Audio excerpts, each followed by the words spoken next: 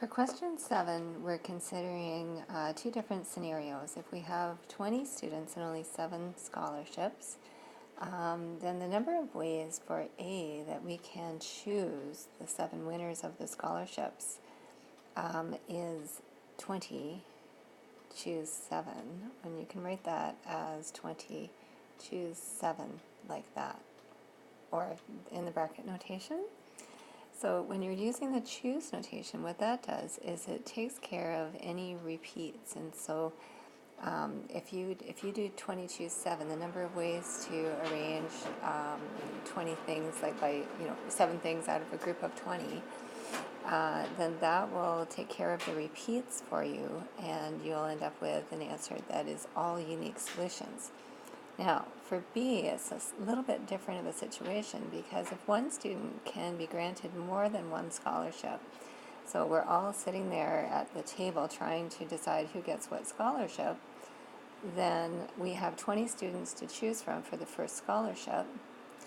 But because that person can also be considered for the next scholarship, we still have 20 students to choose from. And then they can be considered for the third scholarship, and so on. It doesn't specify that the one student couldn't win all 7 scholarships. And so we actually have 20 students to choose from for all 7 of those scholarships, which is the same as 20 to the exponent 7. So this is a permutation. This is P27.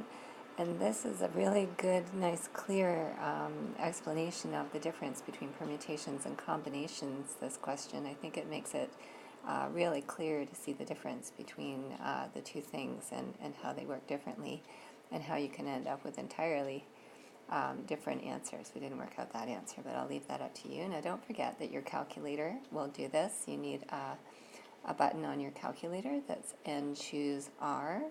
And most buttons on most calculators also have the P and choose R.